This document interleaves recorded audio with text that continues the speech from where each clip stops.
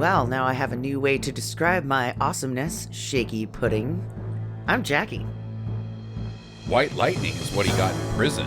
I'm Justin. Fuck off, not Burt Reynolds movies. I'm Sam, and this is White Lightning on Stinker Madness. Hello, and welcome to Stinker Madness, the podcast about bad movies for bad movie lovers by bad movie lovers. I'm your host, Justin, with me are always Sam and Jackie. This week on the podcast, we have delved back into some Burt Reynolds, mostly via Sam. I think Sam has picked every single Burt Reynolds movie, which is kind of... That doesn't make any fucking sense that you face. Wouldn't have ever picked one. I know. What? Because You've not picked I respect him too much. He doesn't belong on this channel. He fucking does. Yeah, sometimes. White Lightning, currently streaming on Amazon Prime. I believe it is also possibly on Tubi, so if you don't have Prime, you can probably check it out there. From 1972, starring Burt Reynolds, Ned Beatty, Bo Hopkins, anybody else? Second unit director, Hal Needham. I don't even know who the first director is because the only one that matters is Hal Needham. What about Teats? Matt Clark's in it. Yeah, some guy is named Teats in this. Matt, who? Matt Clark's dude. Matt Clark's been in everything. Okay. And the guy who played Roy, he's somebody. That's Bo Hopkins. Oh, okay. Yeah. Not Jerry Reed. Did you know they're in a movie together called It Comes Around? Okay. No, I didn't. Where they play brothers, and every review is, other than not being able to tell which one is which, you shouldn't watch this movie. But if you have experienced that Bo Hopkins and Jerry Reed could be the same guy, you should watch this movie and get very confused as to which one of them is which one of them. Fair enough. I like it. Go, Sam. You tell us about White Lightning. White Lightning. A lot of people look at this as the beginning of the Reynolds in his heyday sort of a thing. I kind of think that even though there's not car chases in it, because he did a bunch of hick flicks and he did a bunch of these car chase movies, and it's Deliverance. It's right? Deliverance. It's Deliverance. Yeah. I don't like that movie. No, nobody does, Jackie. That's the point. And the other thing is this came out at the same time as Seamus, and Seamus is pretty badass if I remember too. Okay. There's not as much car chasing or anything like that, but he kind of busts some dudes up in that one too. Yeah, his fighting in this one was not as great. No, he mostly uses his body. Like he doesn't have really fists. He just launches his whole body into guys, and that's his fighting maneuver. Like everything is the top ropes. Yeah, I'm pretty sure he got raped in prison because that is not a good way to fight. Yeah, White Lightning. The penis. Is it? White Lightning. No, it's not. It's dude. moonshine. It's moonshine, shithead. Well, it could be... But way to have some fantasies about Burt Reynolds and White Lightning. When you're a prison rapist, I believe it's perfectly acceptable to have a double entendre about your wiener that also could imply something else. So when you go to prison, you're just going to be like, they call me White Lightning. No, they're going to call me Disappointment. That was rape? I'm like, I'm trying, guys. You're like, the old gray mare just ain't what it used to be. You're walking through and they're like hitting their cups against the bars and they're like, hey, honey boy, I'm going to be in your butt later. And you go, you should call my proctologist first. I don't know if you want to even do that. Yeah, I mean, yeah, it's bad. It's real bad. It's bad. Yeah. They say I'm one screw away from a butthole fallout. The team of proctologists. Yes, they've had to keep it up there because of all the warts and the pustules that I get. That's you talking, not me. Mm-hmm. Sure it is. Okay, seriously, White Lightning. Joseph Sargent directed this because Steven Spielberg decided not to. Oh, that's right. Wasn't he working on something else at this point in time, wasn't it? No, he was working on this, and then he did the Goldie Hawn car chase movie instead because he thought it was more interesting. Right. And then Dick Sargent, I'm just assuming that this is also the beginning of Burt Reynolds making movie with Burt Reynolds peoples, because fucking everybody in this was Gunsmoke, and he was the Quint in Gunsmoke for however many years. This is just a bunch of people from Gunsmoke and a guy that used to direct Gunsmoke. And then his best buddy, and this is the movie. This is the movie where he goes into the drink to pull Hal Needham out. In the barge stunt sequence, Correct. Hal Needham crashed the car, became unconscious, and was going to drown, and Reynolds was like, "That's my buddy." And he jumped in, and Tarantino liked this movie so much that he stole the music from it for Kill Bill 1 in some sequences, Inglourious Bastards, and then decided, fuck it, I'm just going to make a whole movie about these two assholes. Yeah, pretty much. so And called it Once Upon a Time in Hollywood. So it's pretty much just the song Bringing in the Sheep over and It's over and over not. again. Bringing in the cheese. Yeah, that's- Bringing in The cheese. Oh, thank God it's cheese on a platter. That's not how Bringing in the Cheese goes. That's an actual parody song. Like, On Top of Old Smoky. Oh, really? All covered in cheese. I lost my poor meatball when I let it sneeze. Yeah, it's a children's what are those called when you parody a real song? I don't care. Yeah, this is the movie that almost cost us Smokey and the Bandit. Of course, Megaforce. We would have had no Megaforce if it hadn't been for Burt Reynolds. I mean, what kind of world would we live in if we didn't have a 6'3" guy who should probably wear a mustache constantly because he kind of looks weird without one, diving into the... He was a good swimmer. He's a strong swimmer. The Burt Reynolds. Strong swimmer. Yeah. Thank God for him. If this had been, who else is an action guy in the 70s? If this had been Charles Bronson, he would have just looked at him and been like, I'm not getting wet. Hal Needham would have died.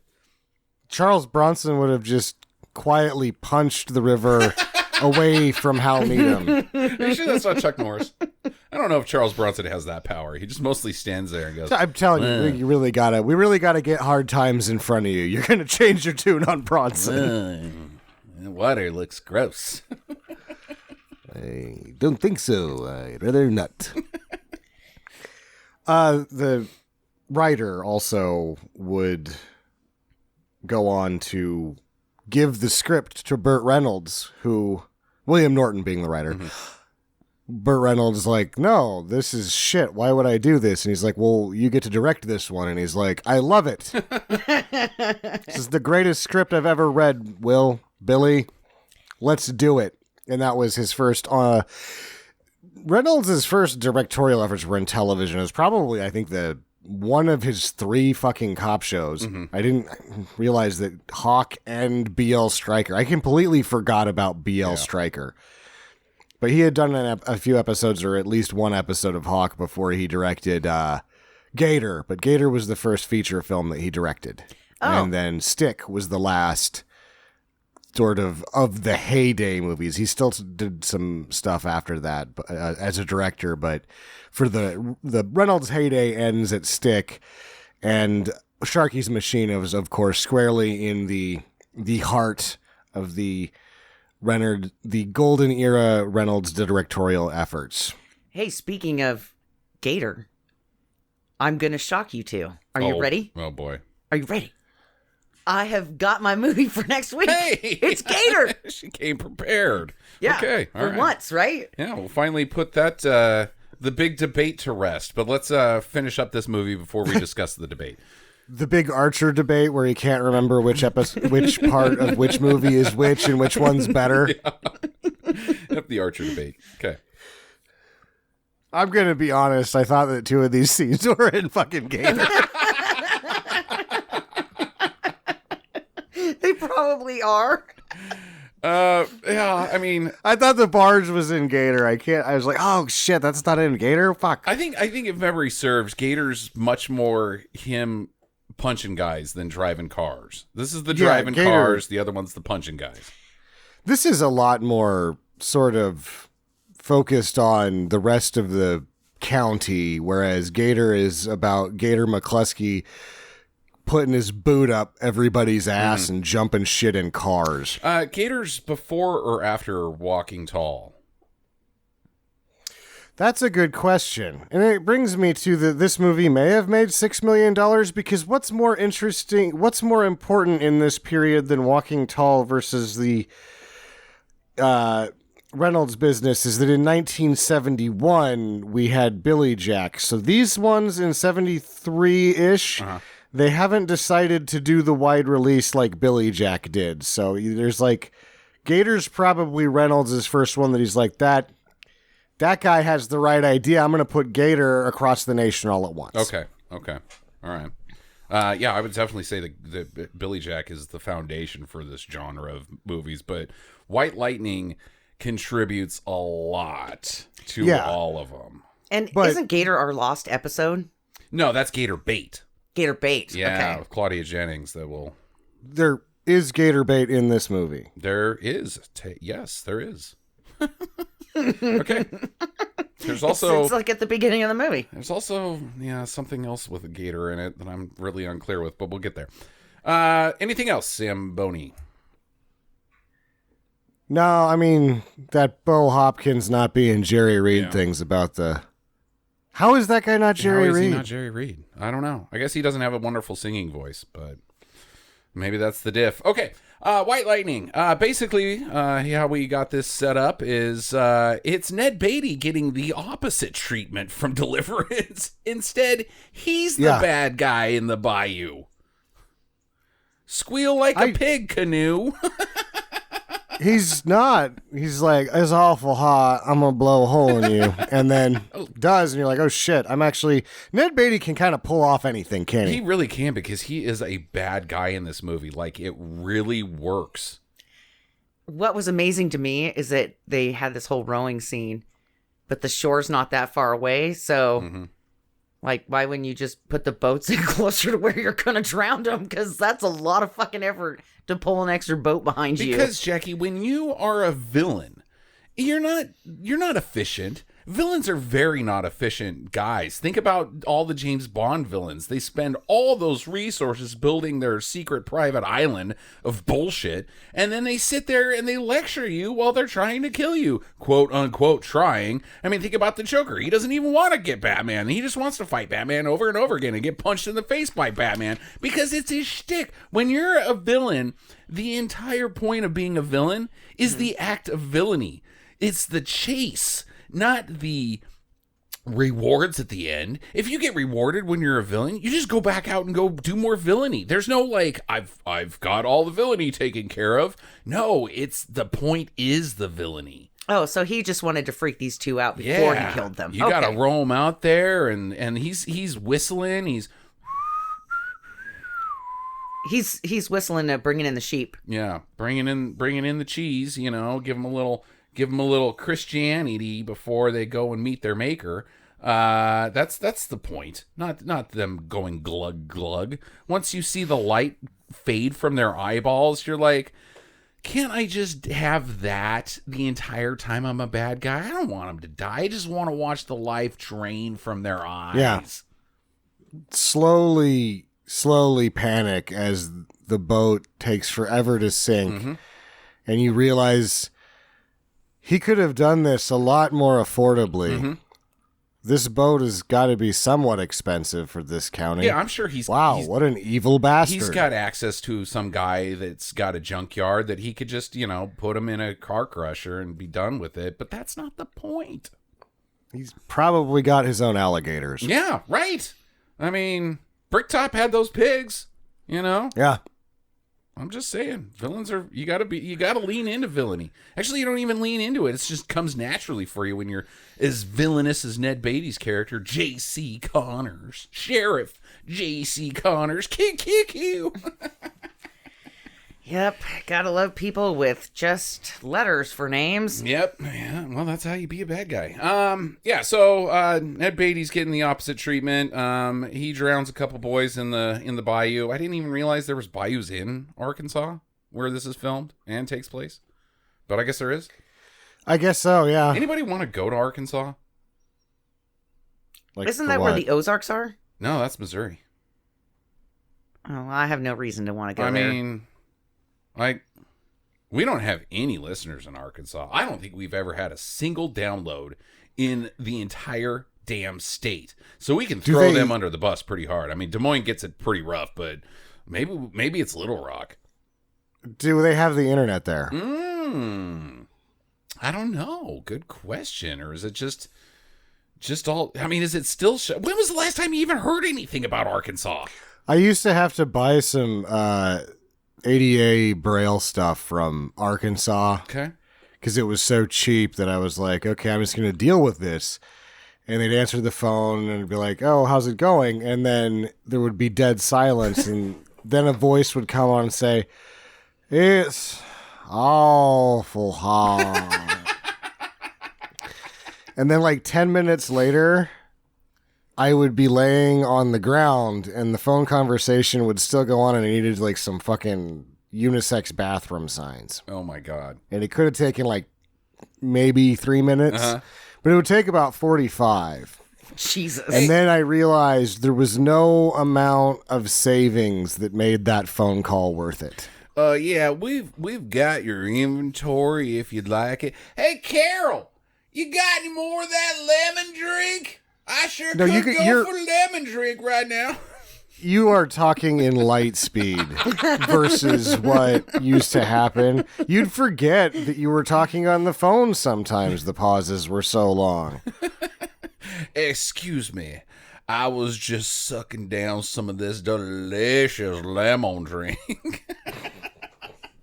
So hot down here. I can't actually accurately do it because it would just be too much dead air. Oh my God. Yeah, it would just get edited in the in the shrinking process of the podcast. That's where Justin has to put in a note. These pauses are for dramatic emphasis, and I've had to speed up the tape right here. Pause. Okay, so Glug Glug, they drown in the bayou. Meanwhile, we get introduced to Gator McCluskey. He's in the pen for being a shine runner. Isn't there a better name for that? Like, don't they have cool names? Bootlegger? Yeah, bootlegger's pretty cool. But bootlegger implies, I mean, technically Smokey, or I mean, the Bandit was a bootlegger as well. I mean, guys that go to concerts and record, like, deep cuts of Nirvana, those guys are bootleggers. I think it's like, I mean, there's rum runners, there's cocaine haulers have some cool name too, but shine runner isn't really that badass. They're hauling it too. They're not even really running it. Yeah. Right. Moon hauler. Moonshot. Tour. Moonshadow. Moonshadow. So I finally caught that son of a bitch at the airport. What? I was like 15 years ago, Jackie. Yeah. Oh. Damn it. I thought, he tried to sneak back into the country, eh? All right. So he's wrenching on some motors because that's the tough guy he is. He's doing it shirtless. I've never worked on a car shirtless before, but I maybe it's time. Do you think that your mechanicking would get better if you took off your shirt? I worry about pinching a nipple in something. Like, Jesus, are they like just sagging off of you these days, or what? You get pretty intimate with your motor when you're down there working, and maybe you get a nipple stuck in a vacuum tube or something. Oh my God! I mean, I've got my penis stuck in many vacuum tubes, on accident. So why not a nipple? Maybe I'll like it. Make it tighter. You just get shit all over you, and you wouldn't, like, the Gojo barely cleans your hands. What if you had that all over your whole body? Exactly. I don't think working on a car shirtless is... I mean, you're in prison. I mean, what are you going to do? Smell bad and be greasy? Oh, no. Well, he's definitely got a lot of baby oil on in this scene. Mm-hmm. Or he's just sweating, like, profusely, disgustingly sweating. According to Sam, it's very hot. Seemed like they were really hot. Everybody was sweating through the whole movie. So he gets told by his cousin that his brother is dead. And she's like, it was that sheriff, J.C. Connors. He drowned him real good in the canoe. That actually what the warden or his captain, I guess, they've got like teams in prison where he goes. He's like, get on your good shirt, your cousin's here. And then his good shirt is dirtier than his bare chest that he was using to clean an engine block. And it's also revealed very early on in the movie. This movie has a lot of like statements it tries to make for a car chase movie, which is kind of cool. That he was drowned on account of him being a hippie lib. You know, sheriff said, "Don't come in here with that talk about equality." Yeah. Well, the sheriff even says at one point in the movie when he's talking to his lawyer, right? Mm-hmm. They're trying to integrate our schools, and there's communism, and then they're trying to give the black people the vote. With their making us pay taxes. Yeah. And with their marijuana. Yeah, this guy's a piece of shit. Oh, he sucks. J.C. Connor. J.C. Connor really is underutilized. I mean, he dies in kind of a really spoiler alert. Like, it's a shame. Like, J.C. Connor should probably be like a bigger deal. Like Lex Luthor. Wait, Ned Beatty, Lex Luthor. Well, that's weird. Yeah, he's a bad guy. Okay, so Gator's like, fuck, shit, my brother. We get our first chase of the movie. Foot chase. Very loose quotes. Gator basically punches a guard and then walks out the fucking front door. And then just starts running through the fields like, I'm gonna make it. What prison is this? And then there's like 3 guys that get out the bloodhounds to go chase him. And his captain gets him right off bat because he's like, what are you using those bloodhounds for? He's right fucking there running through the field. Yeah. Yeah, there's nothing out there. So they could totally see him. And he's in white. Mm-hmm. So he's just like a target, you know? Gator, where the hell do you think you're going? And it's not like he's getting any additional prison time for this. Because apparently him and this he's a captain bro. they're bros. Yeah.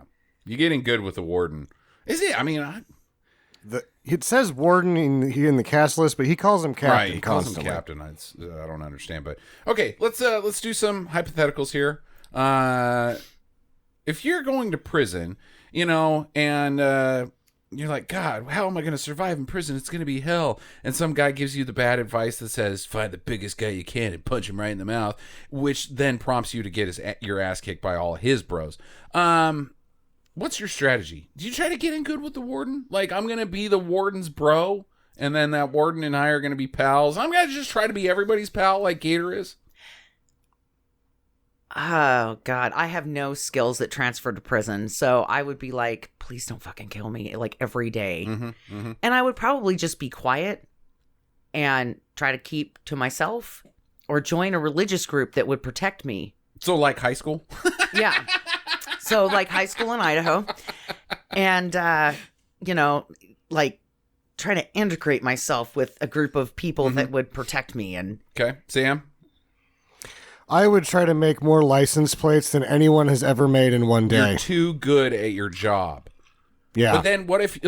people would just leave me the fuck alone. They're like, we could fuck with that guy, but have you seen how many fucking license plates he can make in one day? But then essentially it is crazy. But then essentially you're Andy Dufresne, and the warden wants to keep you there. You're too valuable. You can't get out. You're in.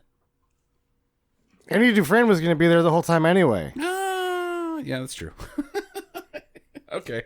I just wonder, like, when I got my DUI, I was the best butt kisser on the planet. Like, I got out of my DUI by, like, anybody in the system. My nose was firmly up their ass. And I got, like, seriously, I had a felony 2 DUI. I crashed my car on the freeway, and it made the goddamn news.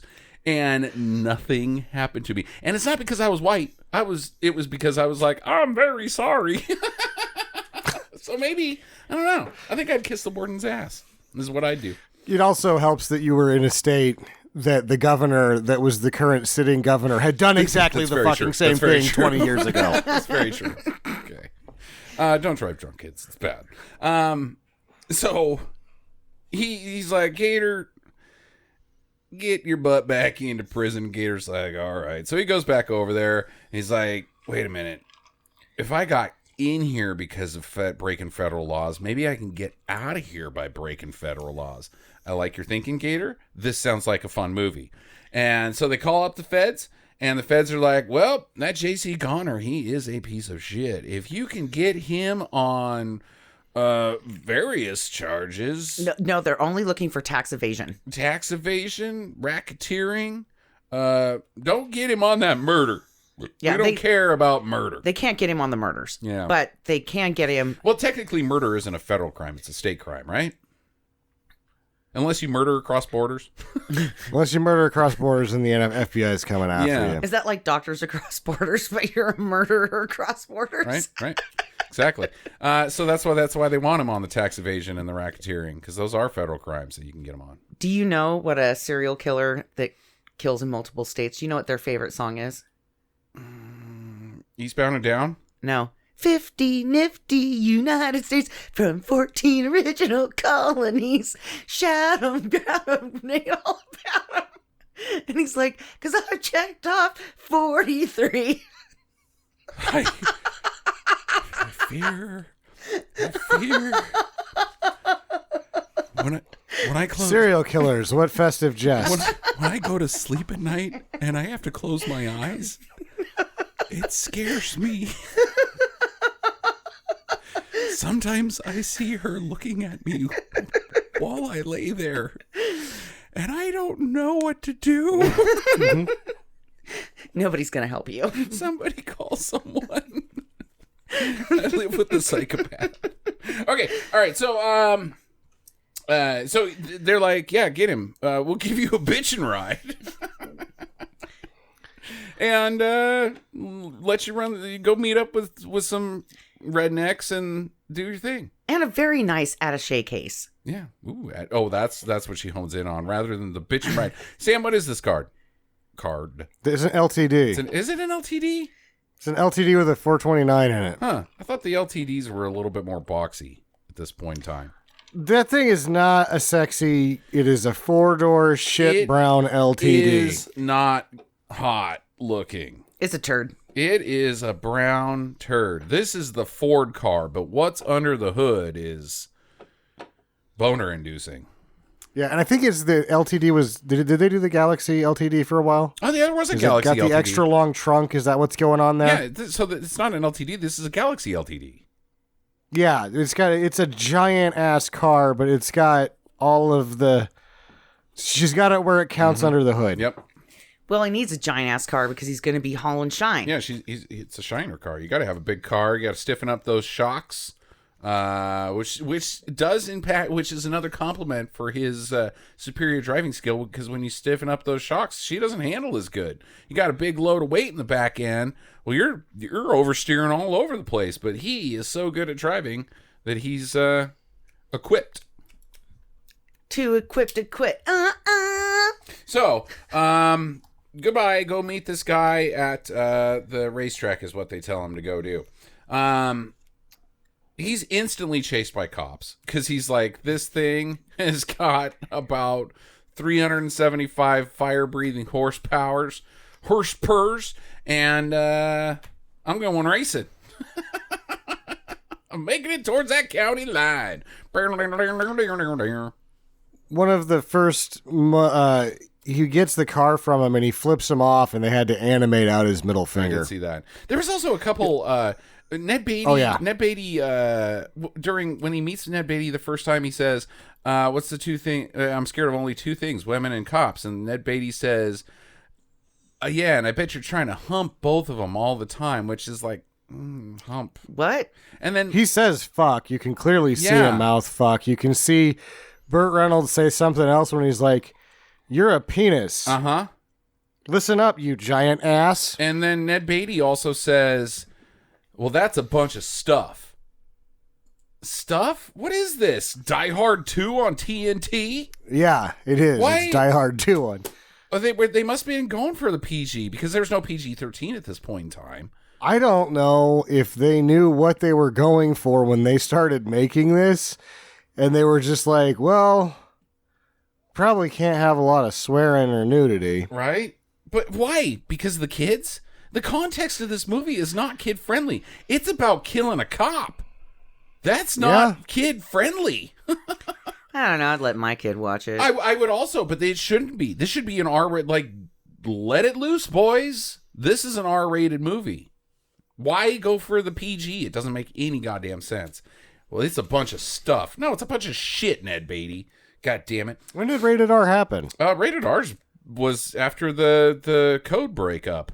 The USAA, the start of the MPAA was R. It was G, PG, and R. And then X until the NC-17.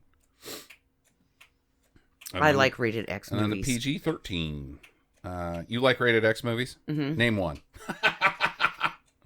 That one about the pirates.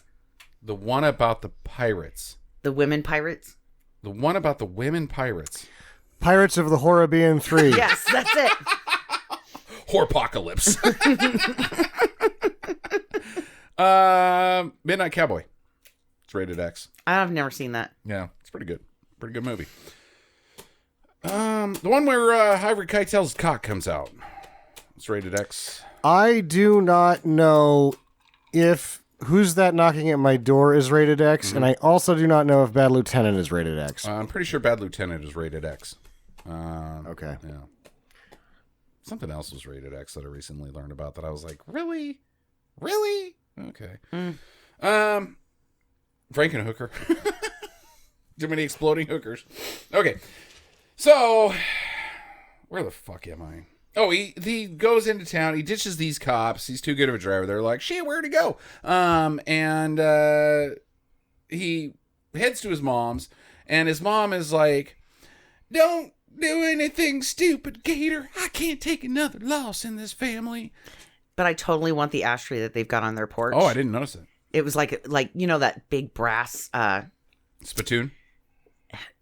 kind of, but it's like a freestanding. It almost looks like a bird bath, but it's got a handle on the top of it, so you can take the ashtray out and dump it. Yeah, okay. But it's made out of brass, and it's just sitting there, and it's got like some kind of animal on it, and I couldn't tell what the animal was, but I was like, that reminds me of the unicorn fireplace thing that I just got. Jesus Christ.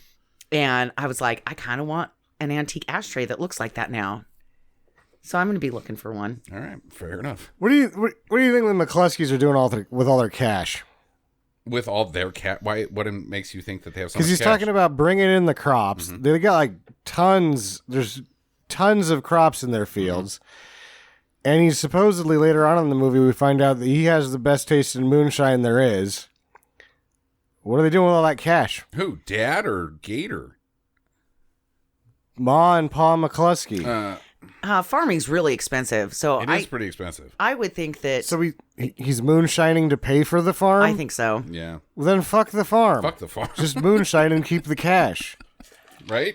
Yeah, Sam, but then you can't get the federal. 6 bits for a pint. Ned Beatty said so. I mean, what's the difference between that and $3 government stuff? I'm very confused about the economics of this movie as well. Should we? I mean, 4 different times I write down, is the paperwork to go legitimate that hard? I mean, 6 bits for a pint? How many pints are you going to get in the back of a Galaxy LTD? That's $3, right? Isn't 6 bits? No, it's $1.50. Yeah. Is a bit a quarter? Is that what we're hoping here? I think so. Okay. On account of our ignorance. Yeah, I think a bit is a quarter. So $1.50 for a pint. How many pints are you getting in the back of a LTD? They had like 60 gallons in the back. Okay. How many pints are in a gallon? 12. 8? 12? Okay, 12. 12? 12 times 60 is 720. Well, it doesn't matter what 720 times $1.50, that's 700. It's about 1,000. He's got about $1,000. I guess if you're hauling $1,000 a day, that's not bad. No, and also Ned Beatty says $3 for a government fifth or 6 bits for a pint. What's the difference? And mathematically, there really isn't. So, like, what's the hold? Are they just so anti-government that they're like, fuck you to fuck you? Yeah, I gotta drink this stuff that could cause me to go blind, because here's the thing about moonshine. A, it doesn't taste good. B, it's deadly poisonous. Horse shit. The best goddamn whiskey we ever had was 6-week-old chicken feed fucking moonshine. Where? You know, in Dave's garage. Yeah, but we made that. No? Where did it come Jennifer's from? uncle made that. Okay. But somebody we knew. Somebody that was really good at making moonshine made that, and it was like, oh my God, that's good. I mean, but the thing about the Prohibition was that everybody died. It's because they were making it in fucking radiators. Because and that's shit. what happens when you are like, hey, Gary, can I get... I mean, we know how the drug trade works. Like, it's cut. Like, they cut that shit. You don't just go out on the street, down to your cocaine store, and buy good cocaine. No, you get crack cocaine at the cocaine store. So you're going to do that, too, with the moonshine. Those people don't have your health in interest. They want to turn you into a junkie, and moonshine will do that. That's why we... No, Paul McCluskey makes good stuff. And also, like, you could go out of your way to cut it with poison, but normally they just cut it with water. Yeah, because poison is expensive. You get your water out of the tap. Poison's not expensive at all. It's in your river. You just go down to the river and you put a beast. There's poop in this river. Well, it's poison. I mean, it's called dysentery. Or an animal died up river. Now you got anthrax in it. Oh, Justin, that is nature's mineral water. That way you can advertise your moonshine as being mineral moonshine. Shit, we were getting proof of about 38. Now we're getting proof of about 79. You could cut it with your piss cheaper, and it would be safer than trying to round up some poison and stick it in there. I'm just saying, like, I would never, ever trust a moonshiner. If I made moonshine, I would totally pee in every single thing that I sold. Why not? Because who fucking cares, right? Right. And then everybody be like, wow, I mean, I don't know what makes your moonshine so different. And I'm like, baby. I'm not buying moonshine from some guy out of the back of a truck or the trunk of a Galaxy LTD. Not happening. Because at this point, you're like, I can't trust you because it would be so much easier to make a lot more money selling this legitimately if it's good. Right. Like, it doesn't make sense. Pay the $3.50 for a pint of JD. I don't want JD either because it tastes gross, but I at least trust it. It's going to make my stomach hurt pretty bad because of the ulcers and stuff. But you know what? It's not brewed in the back of a Galaxy LTD. I mean, it doesn't make sense. Okay, anyways. I mean, like, these pints should be a lot cheaper. You know, I would just like to point out that we're 37 minutes-ish into this thing, and we haven't even got to That's okay, him running. because I only have a page and a half of notes. Oh, in this okay. movie. There's not I don't even have a full page of it's not notes. thick Gator and long. McCluskey wanders around, sexes it up, drives mediocre sometimes. So here we're back at his parents' house still, and I know this scene doesn't have a lot of relevance, but this is this movie in a nutshell. Is Gator wants revenge, right? His motivation isn't necessarily getting out of prison a year early. He doesn't care. He seems like he's having a good time in prison. He just wants revenge. And he goes to his parents, and his mom's concerned about his safety, which seems very mom-esque. And his dad's like, wait a minute. You're a stool pigeon for the goddamn feds. And Gator's like, no, I'm only taking J.C. Connors down, the guy who is destroying the entire county. He was just here last week asking for protection money. That's who I'm taking down. And Dad's like, you son of a bitch. You stool pigeon. You stool pigeon, son of a whore. I mom's bet like, hey, in 20 years you're gonna vote for that goddamn peanut farmer. 20 years. 20 years? I don't know when that was like 5 years later, wasn't it? God. Probably already voted for that peanut farmer at some other level. You know what? And then all of them are like, God damn it, I guess we gotta vote for Clinton. He's from here. Son of a bitch. I'm gonna die before that Clinton runs for president. Yeah, you're like, let's vote for that Clinton guy. Well, he's from here. Mm-hmm. Hey, isn't that the guy that fucked us out of all of our land? Right. Oh, shit. But he's Let me playing vote the for him. saxophone. He's a sophisticated. Yeah. The debonaires. The Clintons. The bourgeoisie of Bill Clinton. He probably got his ass kicked so hard in junior high and high school. Bill Clinton? Yeah. What makes you say no? Bill Clinton's a big guy. No, I think he was always tall. Yeah, he's lengthy. He's well built. He's broad shouldered. What are you talking? I bet you Bill Clinton fucked up a lot of kids in junior high. He's like, don't make fun of my saxophone. I think he learned to play after high school. Oh, all right. Yeah. He was like, how did he learn to play ever? You saw him up there. It was a cat. and a chalkboard. No, man. Have you ever played the saxophone? It is. No, I can't play. I play it about as good as Bill Clinton does. Very hard to do. He at least hit a third of the notes. Okay. Neither of anybody on this podcast could hit 1 out of 10 on a sax. I can get the reed to go 3 or 4 times if I try for 30 minutes. Sam's just making noise out of the side of his mouth. He's air saxing. They're like, sir, that's not your saxophone. Yes, it is. Don't you feel like you're in an elevator yet? Like, dude, that's Kenny G. Yeah, I know. I'm playing Kenny G, right, guys? Isn't he amazing? Out of the side of your mouth. Oh, man. I can't do that. Kenny G was good. I can't even mouth sax Kenny G. No. Mouth sax, I still believe, probably. Yeah, right. Okay, where the fuck are we? Yeah, they really don't like the man down in Arkansas. So he heads to the racetrack. He makes contact with his dude. His name is Dude. And Dude is a mechanic and also has ties into Shine running. Because he's not a Shine runner. He just knows Shine runners. They're selling it out of their house. His wife is selling it while he's doing the mechanic business. Okay, all right. So he's a distro. Yeah. Okay, all right. And he's like, I'm not helping you. There's no way you take down J.C. Connors. And Gator's like, okay, well, I'll see you back at your house here later this afternoon. He goes back to his house, and Dude tries to shoot him with a shotgun. And Gator's like, no, you're not shooting me with a shotgun, bro. We got to take down J.C. Connors. And he's like, okay. Well, it's not as okay. Like, it kind of is. He was like, look, they know that you've broken your probation. They're going to throw your ass back in prison for 5 more years. Do you really want that? Or do you want to just help me and then you'll be good to go?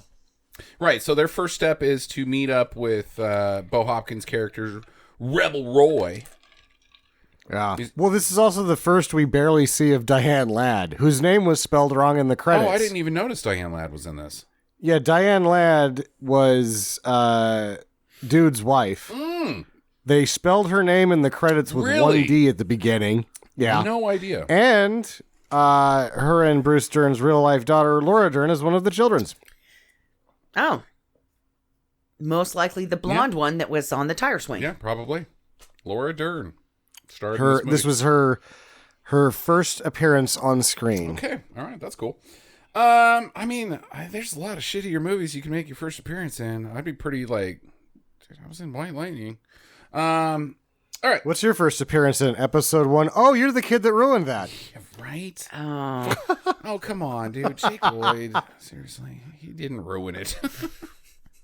It was Jar Jar. It was George. It was George. It's working. Nope. It sure ain't. When are we gonna do those? We gotta hit. Because everybody else has done them. We're still like a few years out from people remembering. There's things that I have to say about Attack of the Clones that nobody else has said. Okay. I want to riff Attack of the Clones. All right. So they go over, they meet Rebel Roy, and Rebel Roy's runner, and he's like, get on in the car, and so we're going to do a run. And Gator, the first day, the cops are chasing Roy, and Gator's job is a blocker, I guess. That's what Sounds they call better him. than a moonshiner. Yeah, he's just he's not a decoy, he just gets in the way. Yeah. You think this is a thing? Why not? Yeah, it's like when you're at a bar and you're talking to a girl and she seems receptive to your advances, and your friend comes up and is like, hey, how's your jock itch going? Like, thanks, blocker. But wait, what in this scenario, it would actually be your wingman. He's a wingman because the wingman's job in a bar is to block the lady that wants to go home and doesn't want her friend to have sex with your friend. Yeah. So you got to keep her entertained by talking about Seinfeld or something. Something like that. You know, I'm just going to say that never happened to me. What, a wingman? Yeah. Well, nobody ever needed one. Because if I was interested, I was going to stay. Well, your thing is that you didn't have any friends. The wingman only is to deflect the friend away, but you didn't have any, so that wasn't ever a problem. The wingman was the obstacle at that point. He's like, Gary, I got nothing left to do. Guess I'll just go sit in the corner and can drink. Can we go home, Gary? You needed a wingman for the wingman. You know what? Truth hurts sometimes. I'm not gonna lie. You're right. Okay, I didn't have any fucking friends. I had to scrape up some people for our wedding. Yep. I was like, hey, I've known you for 5 minutes. You wanna stand up there with me? It was really weird when after we got married and I saw you out there in the parking lot writing them checks. I didn't really get that, but then I never saw those people again. Huh. It's weird. Well, Boise State had an acting department. I was like a student there at the time, so I was like, look, I'm looking for some interns. One night gig. All you can drink. Yeah, I mean the guy that gave the speech that made everybody cry. I mean, I've never seen him again, and I'm pretty sure it was just Macbeth that he was saying. But I mean, it touched a lot of people. Was that our town? Okay, so God, I don't even know where we are. Okay, so he's blocking guys. He leads them into a lumber yard, and one of the cop cars gets smashed by the lumber falling on him, and then another gets on his tail, and he's like, "There's only one way I get out of here. Looks like I'm gonna have to jump." And he jumps the car and smashes it into the barge. He didn't make it. Hal didn't make that jump. It was supposed to make it safely onto the barge. It did not. It did not. I thought Hal also injured himself pretty hard on this stunt. He was concussed and drowning. He was completely unconscious and drowning. Reynolds had to go in and fish him out. And I think it's hard to piece together exactly what happens is because in the shot, because they can't do it over again. It looked like it might stay on the barge for a second, and it didn't. So they just, when they go to shoot the pickups later with the, not really the pickups, but the rest of the scene with him waving from the barge, they just attached it to the back of the barge so that the footage would line up. Yeah, and it does. Didn't Hal Needham break his back on a similar stunt like this at some other point? I think Hal Needham has broken, like, if you have 300 and some odd 26 bones in your body, he's broken like 412 of them or something like that. Because I'm the unknown stunt man. That's not, no. Hal Needham is not the unknown. We're sitting here talking about him. Talking about him. He's the greatest. Fine. That's Colt Summers, goddammit. All right, fine. Sorry, guys. Sorry. Okay, so he gets away, and the sheriff, he goes to dinner with the sheriff's clerk. What the hell was this all about? He was going to try to work her and get an in on the sheriff, and he is too the sexy. She's like, I don't give a good goddamn, you are too the sexy. You're trying to pump me up and get me to erase a bunch of your tickets. He's like, no, I'm trying to get dirt on your boss. I'm actually trying to kill your employer. Come on in. Come on in. She's like, I hate that motherfucker. He sexually harasses me every day. Mm-hmm. Are you still going to have sex with me? Yep. Yes, I will, ma'am. Come on in. Come on in. Yeah, this was so 70s. Like, I'm just going to push myself on you until you either put a gate in between us so I can't get to you. It was just like, oh God, it's just so fucking creepy. It's cringy. The next day, him and Roy, we get introduced to Roy's girlfriend, Lou, who is in the rest of the movie, and her first scene is like, why'd they bring the crack whore? Which one? Wait, what? Lou. Oh, I don't know. She's... Why is she in the car with them? She's clearly fucked up. And she won't shut up. And she won't She's shut up. And she puts in her the car foot with them on his face at one point to try to be sexy. I've never met anybody who's like, hey, you know, maybe that's where I went wrong in life, is that I wasn't putting my feet in people's faces and being like, hey, you want to do me? Yeah, right. Yeah, because she's putting it out there pretty hard on old Gator. And she's like, if you looked at the stars, they're really pretty. Like, almost passing out from how much heroin she has pumping through her body. Oh, no, it's just moonshine. She's just... fucked up on moonshine. She seems like she's pretty with it sometimes, though. Like, oh, yeah? Let's party, boys. She's pretty with it. She's like, I made you some eggs and didn't fuck it up that bad. Now I'm going to screw you in the pond. I guess this is with it. Yep. Well, you know, in her defense, she was going to get a new dress out of it. Yeah, so the next day, he's living with Roy and Lou, I guess, because he's bathing in their pond, and then they're in their bog, and she's like, bog boy. There's like algae and mosquito larvae and just like you can't know. It's not really a bath. Yep. And she's like, I like it. I'm going down there with some eggs for him. And he's like, why don't you come on in here and take off that pretty dress and I'll buy you an even prettier dress. And she's like, dresses. And then she gets in there, starts humping him. Roy wakes up and he's like, God damn it, Brenda, where'd you go? She's nowhere to be found. She just must have walked off. I'm not going to look for her. She's clearly not out in the pond banging some dude. And then she's like, now I know why they call you Gator. I did not get that And part. my question to you is, why do they call him Gator? Why?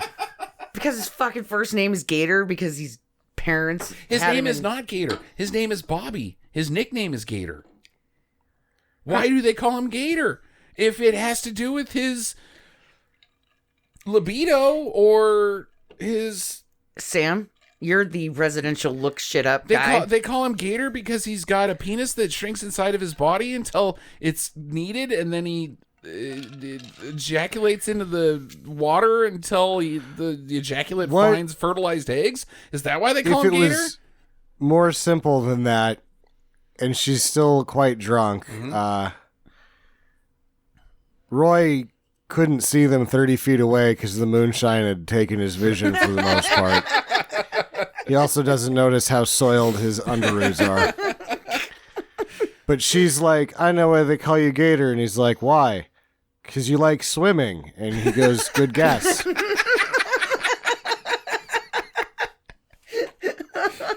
Nailed it.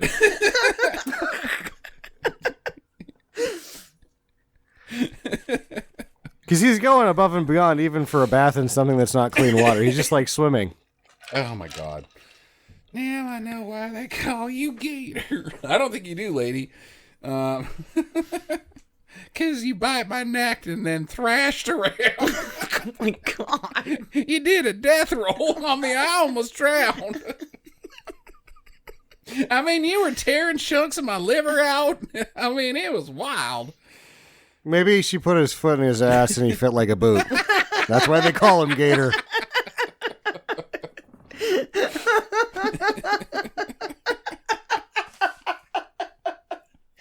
Okay, I'm ready.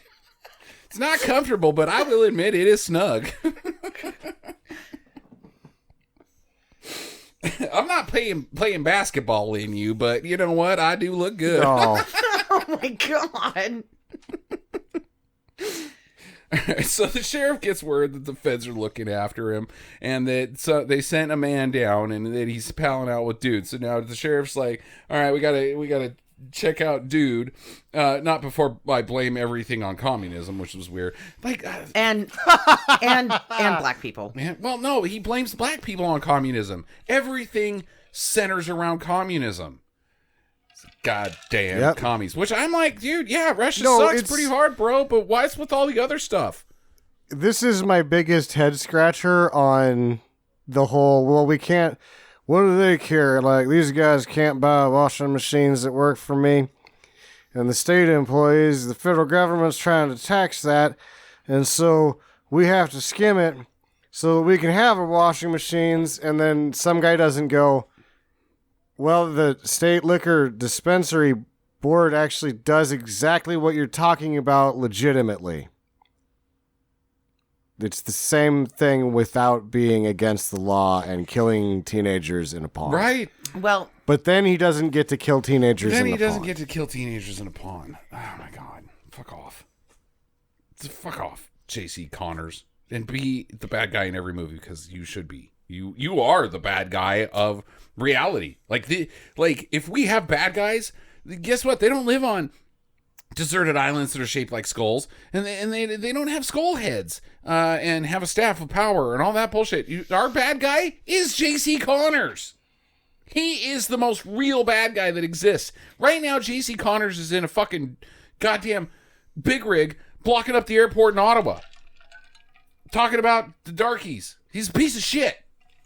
That's our bad guy in reality. That's our neighbor in reality.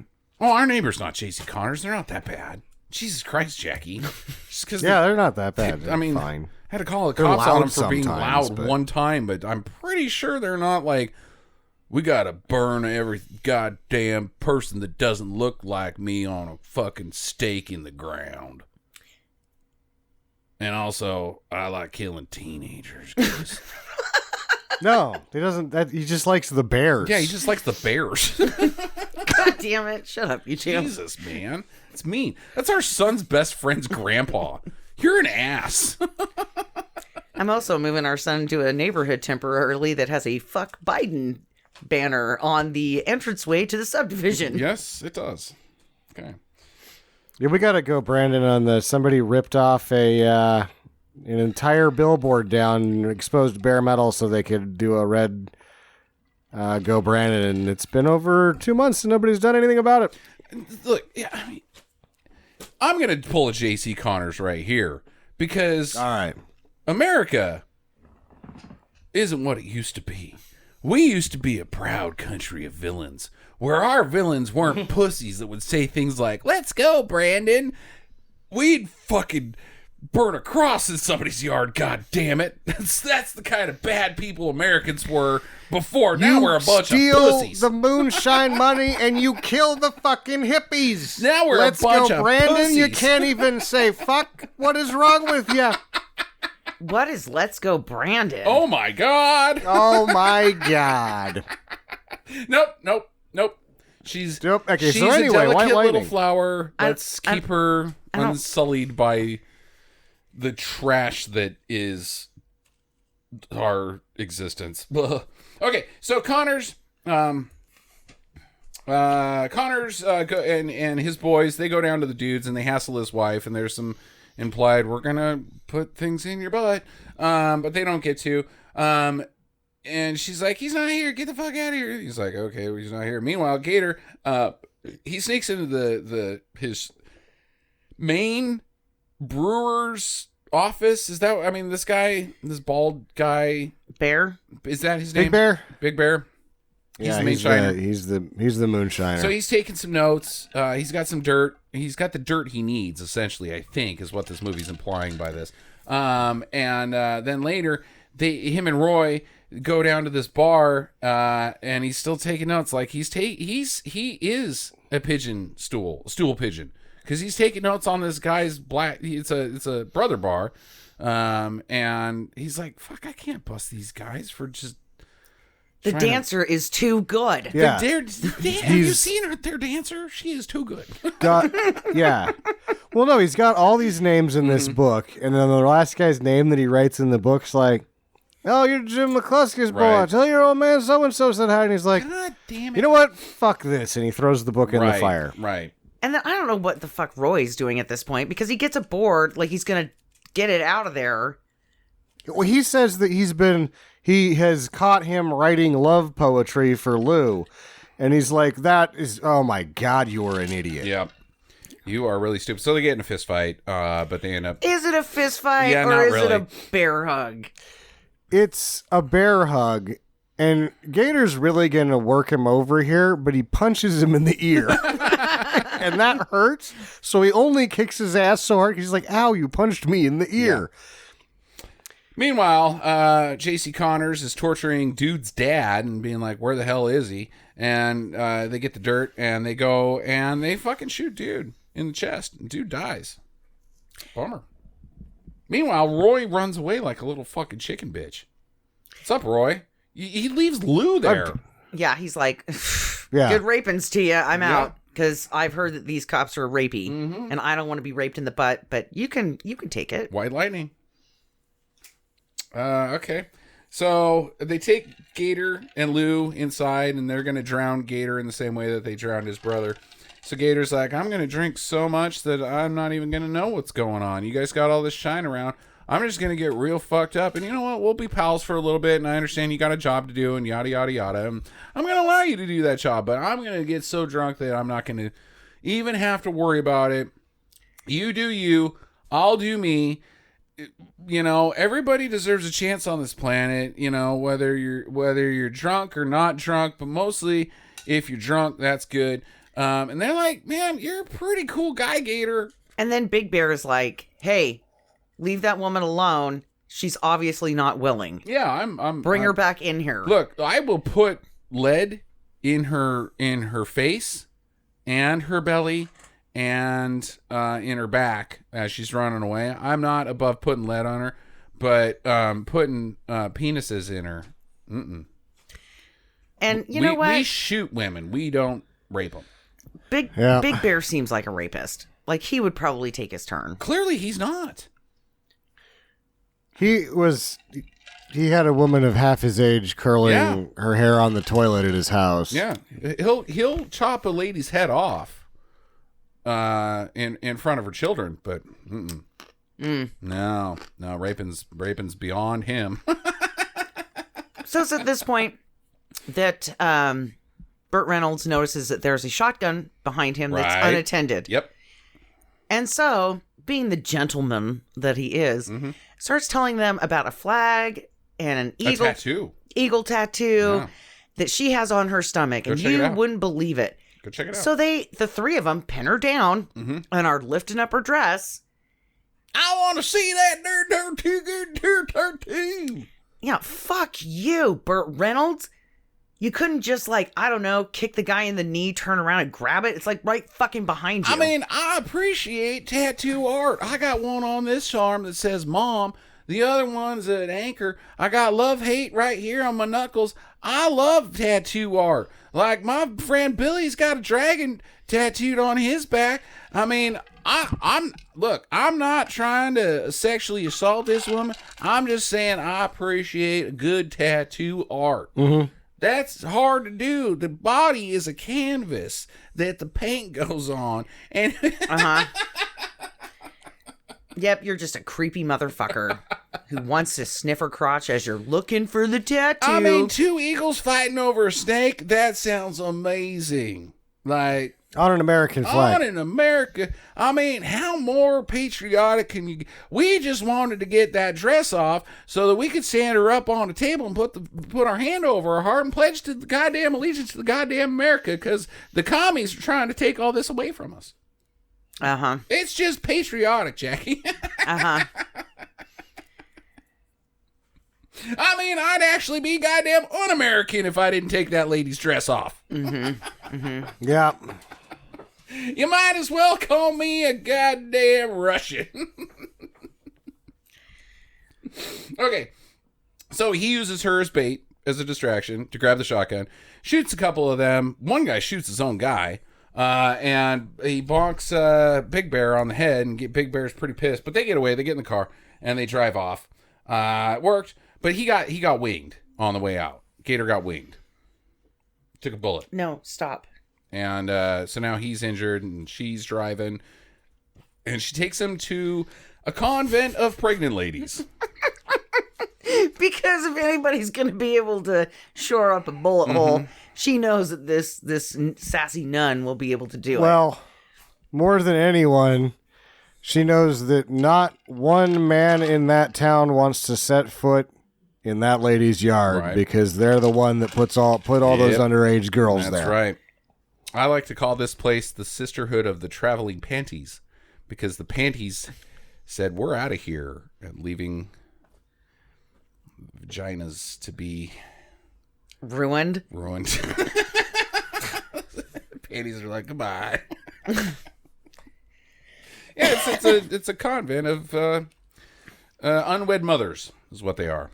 Yeah, which I like. I mean, this is probably my warm and fuzziest part of this movie, is that somebody cared enough about these women to give them something or just a home, because I mean, back then, if you got pregnant and you were unwed, you were just a piece of shit. Yeah, like in the middle of nowhere, like you've got, it's like the Underground Railroad, but I probably shouldn't say that. But it kind of is for women that don't have any place to go because their fucking butthole sheriff fucking raped them, and it's either death or, you know what, I'm just gonna have this baby. This nun will help me get it adopted by a nice family, and I can move on with my life. This place gives me the warm and fuzzies. Yep. Pretty good. I think it's awesome. And there's all sorts of unsavory things happening there. Like that nun goes through those handcuffs like they're not even there. Right. Oh, yeah. No, they know. Yeah, that nun has seen some combat training of some kind. Yeah. I mean, like, she's been to Mos Eisley. Like, that's where she got her start, was she found religion after being a fucking imperial assassin that went rogue and ended up in that freaking cantina. And she's like, there's better things in life than killing people because my boss told me to. I got to take a look at myself long and hard in the mirror. And I'm going to save some pregnant ladies. And if you come into my fucking yard, I will cut you from neck to nuts, asshole.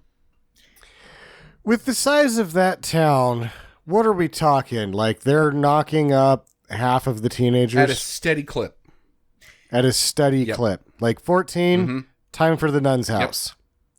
Okay. Yeah, I mean, there's a lot of girls there. Mm-hmm.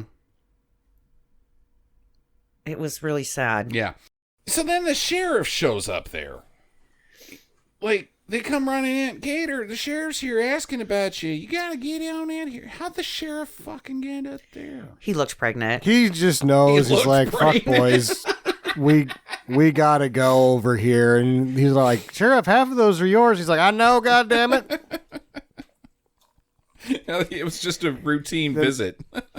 Then he goes there and she's like, half of these are yours, Sheriff. And he's like, I know, goddammit. Where's Gator? Oh my God. I know he's here. Yeah, but before this all happens, there's a little blonde gal who starts telling him that she knew his brother. Right, yeah. And I'm like, is that the brother's baby? Oh, maybe. Why not? Why not? I mean, he's dead. She is unwed. It's not like he went out for a pack of smokes and never came back. He went out for a boat ride and never came back. No, that's the sheriff's baby. Yeah, it's probably the sheriff's After baby. he killed those hippies, he knocked up the other ones. All right. Ugh. Okay, so Gator gets in the car and he drives off and they start chasing him. And he leads them into a field and there's some shenanigans there, but not really. And then he leads them into a quarry and there's shenanigans there, but not really. And then he leads them back on the highway, but not really. Did we state that the reason for his brother's death is that he was killed for being a hippie? No, because for a peaceful sit-in protest. No, he was not killed for that reason. The sheriff showed up and the kid called him a fucking fascist, and he's right.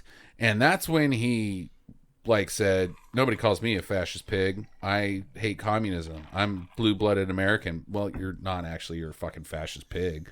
That's what drove him over the line. They were just gonna... So he killed him for being a hippie? No, he killed him for standing up to the man. For saying, for calling him names. Which is being a hippie. No, it's not calling him names like, oh, you're a stinky butt.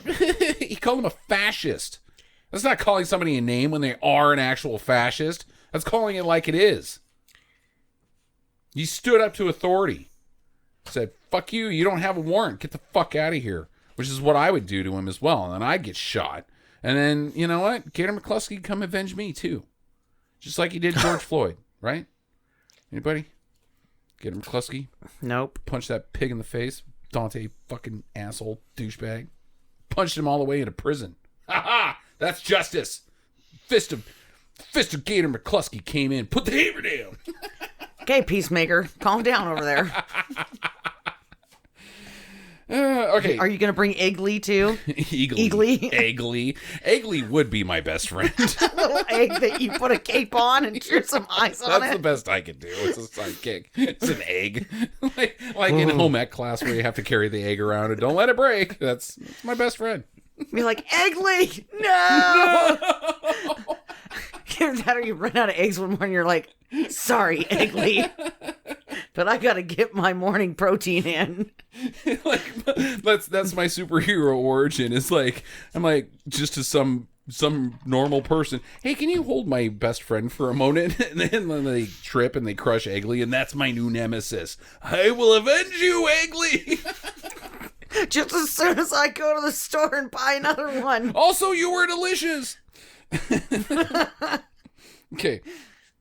So they're on the highway, and the sheriff's car spins out and hits an embankment. He's like, hey, give me your car, stupid. It gets in that car, and Gator had a line to get away. He was headed for the county line, but that's not what he's there for. He's there for that goddamn sweet revenge. So he turns around, smashes into that car. The sheriff's like, nobody smashes into my other county car. This is the last one that we got left. That's what I was thinking too. Like, they're running out of county cars. This is hilarious because they're like, wait, he's back? This guy's just tearing ass all over the county. And he's like, you have never seen ass torn like this. Mm-hmm. And Gator leads him into the woods, and the sheriff's chasing him out after, but he doesn't know his county very good, I guess, because he drives right over Gator, who has stopped his car, into the drink, and goes glub glub. He's gotten out, and he's just calmly leaning against it. He's like magazine cover vibing it. And then the sheriff jumps over him, and after he's doesn't get out of the car, he just goes, oh, I choose to drown. You go down with my ship. Done so poorly. He will probably kill me if I get out of here. He kind of looks at the sheriff with a funny face like, hey, that guy kind of jumped over me. Well, see you later. Yeah, he's not even trying. No, he's not Charles Bronson in the other movie. And then the sheriff gets a huge goddamn parade. The whole town comes out, gets honors and all that shit. The 12-gun salute, everything. And the feds are there talking to Gator, and they're like, so you ready? And they walk him across the street. I think Gator goes back to prison. No, because Luann's right there. What's she going to do? I'm a crack whore. Mr. FBI. Blow him a few times before he goes in? Yeah. What does she have to do with anything? He's going back to prison. He did not do what the terms of his release were. Yeah, but they got rid of him. They did get rid of him, but they wanted him in the clink. It was an accident. Oopsie. How am I supposed to get you the information if it was an accident? Yeah. The names are in Davy Jones' locker. The river's not that deep, Gator. Dead men tell no tales. Okay, that's your movie, kiddos. Who's questioning? What does it all mean? What does it all mean, man? Well, I think... Well, Shaky Pudding is vagina. Right, Shaky Pudding is vagina. Gator, as a nickname, means that he bites people and puts them in a death roll while he's trying to hump them. Yep. You don't fuck with moonshine people because they're just trying to make an honest living underneath the radar. Totally dishonest living. Totally dishonest. Just get the licenses. Yeah. Yeah, maybe if you've got a really good product that everybody's drinking, maybe you should just, go national with it. Pay the taxes. You probably make more money. What does it all mean? This is a weird movie where it's not the French Connection, right? Like the French Connection's pretty clear cut on what's trying to state, and like Smokey and the Bandit, super badass movie. Pretty clear, but there's a lot of subtext in White Lightning that makes it kind of a head scratcher. Like, why is all this? I mean, like, Billy Jack is like the lead up to Billy Jack. Like, its excuse is like, dude, you're shutting down the community center. It's not like, oh my gosh, the Native Americans have been abused this entire time, and like we need to go back and refight Custer. It's honestly the Native Americans could be replaced with any group of children. It's shutting down the community center, and Billy Jack has to ski down to the bottom of the mountain before the rich kid does, while putting this foot on that side of his face. Sure, but this is like a lot of with the fact that kid was murdered. Because and he's not the first. Donnie was not the first murdered by J.C. Connors. The feds even say that they can't pin a bunch of murder charges on him, so they're not even going to try to pin a bunch of murder charges on him. He's killed a lot of college kids, and the college kids come back. Like, there's multiple college kids. Gator's in a bar at one point, and he's like, "Hey, you guys from the college?" And they're like, "Which one? Do you know my brother?" "No, we're from a different college of kids that are not cool with Vietnam." Guess what? Those kids were right, assholes. And also, you remember Kent State? Like, National Guard shot up a bunch of kids. You guys cool with that? No, we're not cool with that. We're going to burn all this fucking shit down because it's bullshit. And Gator McCluskey's just trying to get revenge. Like, there's a lot of layers in this movie. And not to mention that there is the underlying theme of authority, abusing power, and taking advantage when they can. Right. And then justifying it by saying, I don't get paid enough, so it's okay for me to rape all these teenagers and skim off the top of this drug money. Yeah. Oh, I'm sorry, moonshine money. Right. Sam? Also, Gator McCluskey in the movie turns to one of the other characters and says, "What does it all mean?" Because he doesn't even know anymore. Right. Yeah.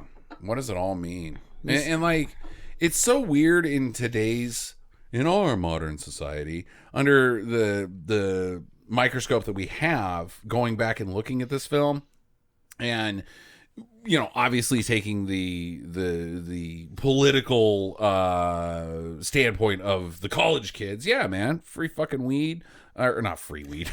Yeah, I thought that was interesting. Legalizing marijuana was even a thing back then, and fucking Vietnam was bullshit, and that like.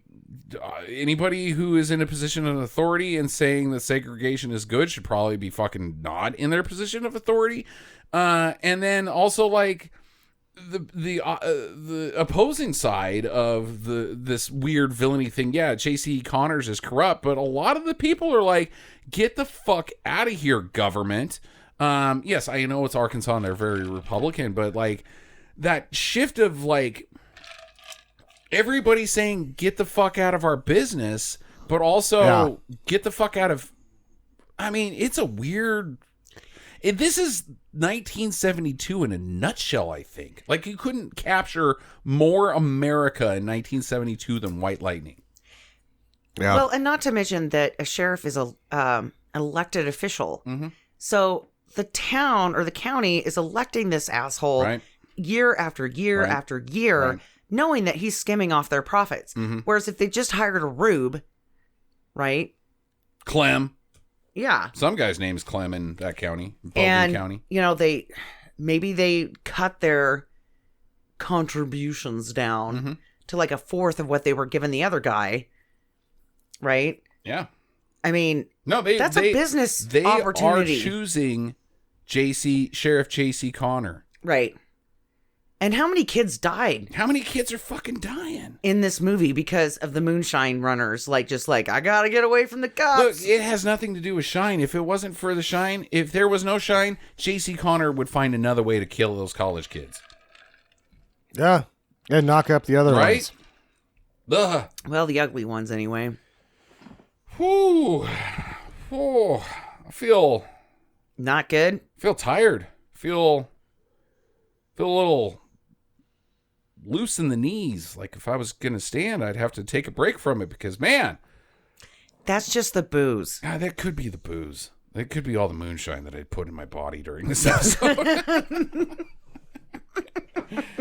Okay, I guess, I mean, I don't have a lot of questions other than, do you guys like this movie? I know Sam does, but Jackie, where are you out on White Lightning? It's pretty boring. It's pretty boring. I mean, like, there's some really good scenes in there. And then there's a lot of, like, well, we got to have an hour and a half to make it a feature film. Right. And it's just not, it's not very good. Okay, so you're going to give it a don't? I think if you've never seen it before, you should watch it. So that when you go to watch the movie that I do next week, it all makes sense, right? Like, it's all about me. It is all about me. But I mean, when I watch it again, I mean, this is the second time I've watched this, and maybe that's why the allure is not there for me anymore. But I think you gave it a don't when we did this on Streaming Do's and Don'ts. But I mean, it's nothing to write home about.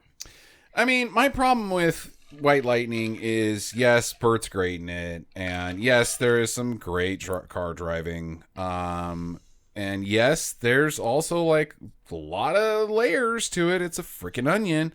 But my problem is again, it's two movies.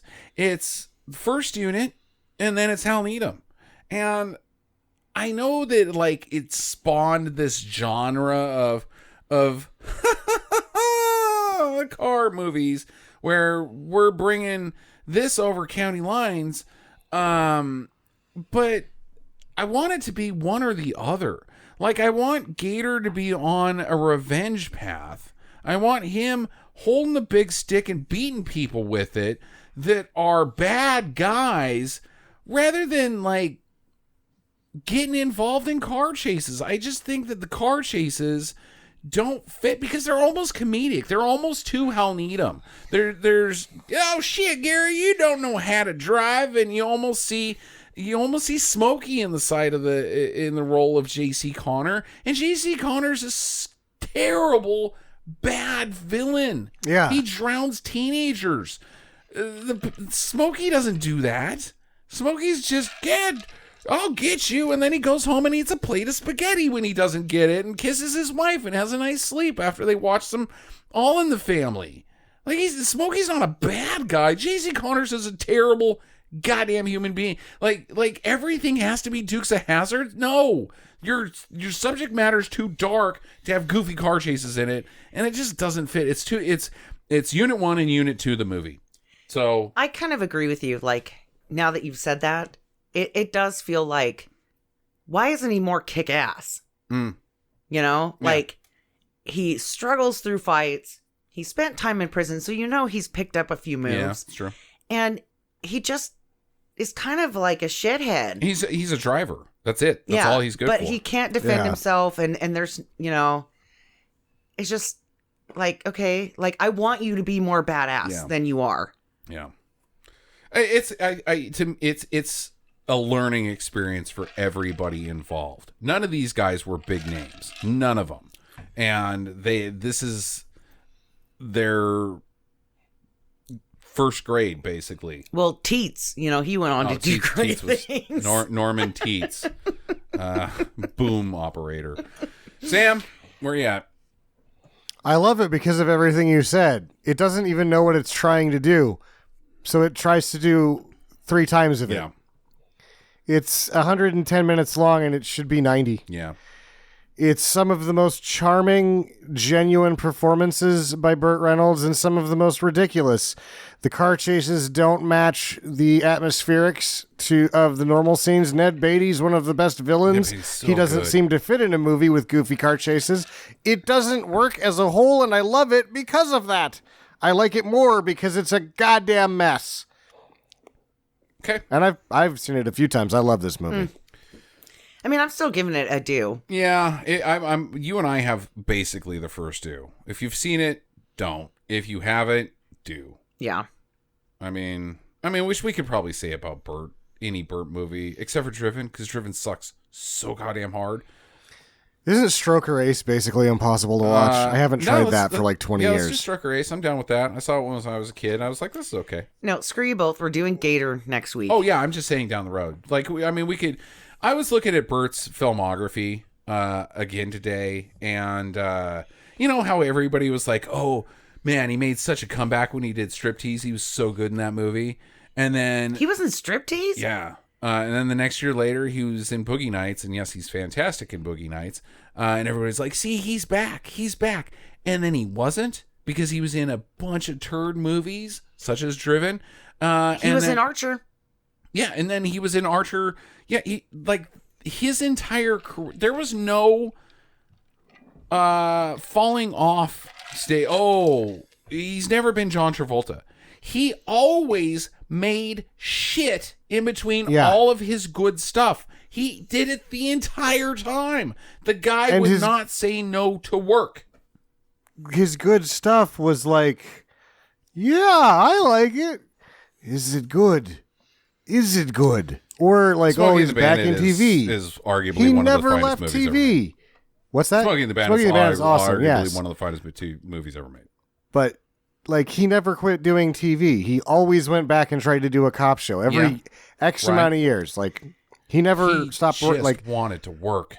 Did he ever win any awards? Yeah, he won. Well, there was Lifetime Achievement, obviously, because everybody gets that if you're old. I feel like Evening Shade might have won an Emmy. I think he won for Evening Shade, and did he not for Boogie Nights? Best Supporting?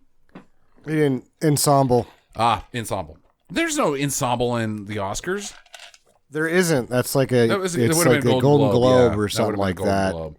I'm pretty sure he got close to an Oscar, but he was nominated for Boogie Nights. Either way, he's great. Miss him, love him, think about him almost every day. Wow, commitment. Yeah, I've been committed to Burt Reynolds since I was about 5 years old, Jackie. I think about him every day laying on a bear rug. That's naughty. All right, next week on the show, currently streaming on Tubi TV, you will get some Gator. So go watch Gator and have a good time. And then we'll put that debate to end. Which one's better, White Lightning or Gator? Get to the... what are those boats Down called? on the bayou. What are those Barge? Pontoons? No, those bayou boats. Fan boats. They're like choppers, right? I don't know what those are called. They're called fan boats. You've got a propeller on the back of them and you go. Like a giant box fan. They're a lateral helicopter. They are. Shit! Get to the fan boat.